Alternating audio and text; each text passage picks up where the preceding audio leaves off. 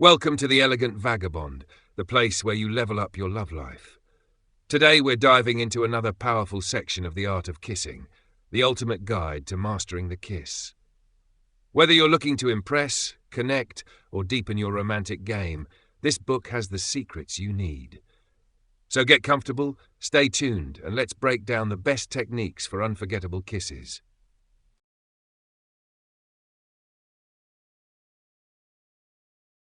The Art of Kissing by Hugh Morris. Episode The Spiritual Kiss. For instance, there can be kisses exchanged merely in intense glances. A sort of spiritual kiss can pass between the adoring eyes of a pair of lovers. The hot-blooded Latin races know the power of such kisses. Their fiery temperaments are ever questing for new delights, for variations, for delightful and artful ways of adding to the pleasure of love. There is a poem extant written by a young Spanish poet to his slow-eyed, raven-tressed señorita. No doubt it was sung by him under her balcony while the romantic moon streamed down liquid beams. But the poem quite amply describes this point of kissing with things other than your lips. Then she kisses with her eyelids, kisses with her arching eyebrows, with her soft cheek softly rubbing, with her chin and hands and fingers, all the frame of Manuela. All her blood and all her spirit, all melt down to burning kisses.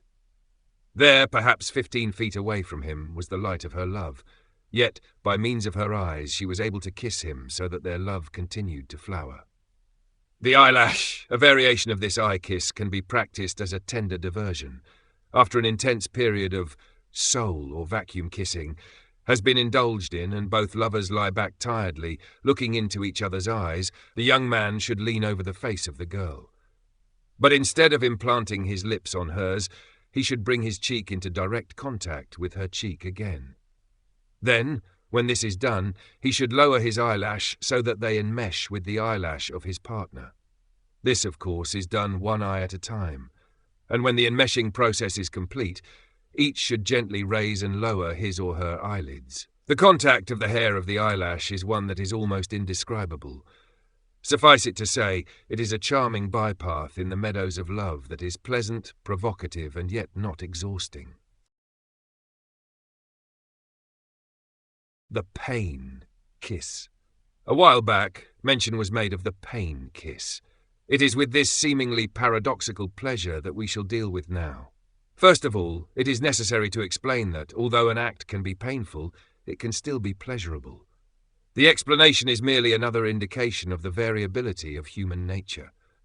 To begin, there are some people who derive an extreme pleasure out of being whipped or burned or beaten. There is no rational explanation for this strange delight. The fact remains that they react pleasurably to pain. These people are called masochists. Similarly, there are other people who derive the same pleasure out of being the ones who inflict pain or perform the beating. Their abnormality, too, is inexplicable. They are called sadists. The point is this: these people have these strange desires in extremes, but normal people have similar desires, though they are not so strong. They are present only in minute degrees. That is why some of us deliberately uncover ourselves in cold weather or continue to pick at a sore tooth, although the act pains us. It is for this reason that most of us are able to derive pleasure from the pain kiss. The pain kiss is simply a tiny bite, a love nip. Catullus, who knew his kissing, if we are to judge from the many poems he left on the subject, once wrote, "Whom wilt thou for thy lover choose? Who shall they call thee false one? Whose? Who shall thy darted kisses sip, while thy keen love bites scar his lip?" Horace, another Roman, whose kissing proclivities have come down through the ages because of his love poems, also wrote something about the nip kiss when he said, "Or on thy lips the fierce, fond boy marks with his teeth the furious joy." So you see, it is perfectly normal people, if you can call poets normal people, who indulge in the pain kiss and derive intense pleasure from it.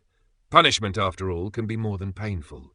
For instance, in another poem, a poet says, "And if she dared her lips to pout, like many pert young misses, I'd wind my arms her waist about and punish her with kisses." Naturally, in the nip kiss, the kisser is not supposed to open his mouth like the maw of a lion and then sink his fangs into the delicate flesh of the kissee. ridiculous. The procedure is the same as the ordinary kiss, except that instead of closing your lips with the kiss, you leave them slightly open and, as though you were going to nibble on a delicious titbit, take a playful nip into either the nape of the neck, the cheek, or the lips.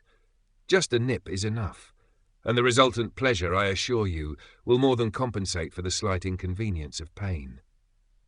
Now there might be some of you who may wonder why such kissing subterfuges and substitutes are necessary. It is only that man is a questing animal. He is never satisfied with the ordinary and commonplace, because the commonplace, after a time, becomes very boring. Not that I mean to infer that the usual lip kiss is commonplace. Absolutely not. The lip kiss, as I have mentioned before, is the pièce de résistance, the main course in the banquet of love, as the poet Ovid called it. But imagine a meal in which there were 7 courses of filet mignon or 7 courses of lobster. You'd get sick and tired of a tender fillet after the 3rd course, wouldn't you? And after the 2nd lobster, you wouldn't be able to look a lobster in the eye. That is, providing a lobster has eyes. So you see why it is that if the lip kiss were indulged in exclusively, you would reach a point where it would lose all of its rapturous savour. Variation. Kisses are the spice of love. A variation of the lip kiss can be performed very nicely. Instead of pressing the lips together at one spot, start at one corner of the mouth and brush your closed lips across the entire mouth.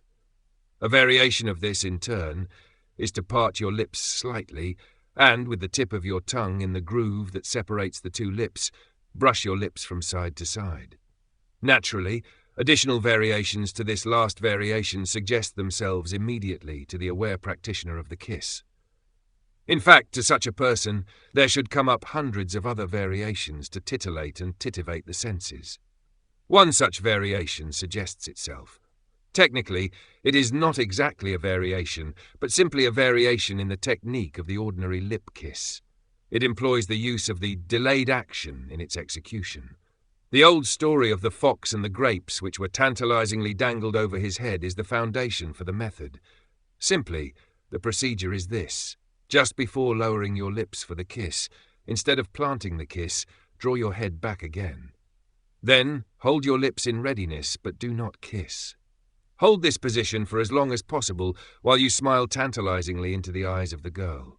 Finally, when both you and she can stand the suspense no longer, then lower your lips, slowly as you possibly can, and imprint the seal of love onto the avid mouth of your loved one.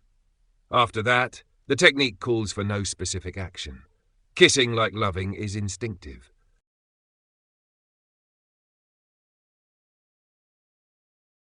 That's a wrap on this section of The Art of Kissing, your go-to guide for mastering one of the most powerful connections between 2 people. If you found this helpful, make sure to subscribe, share, and join me for the next episode, where we unlock even more secrets to the perfect kiss. Until then, go out there and make every kiss count.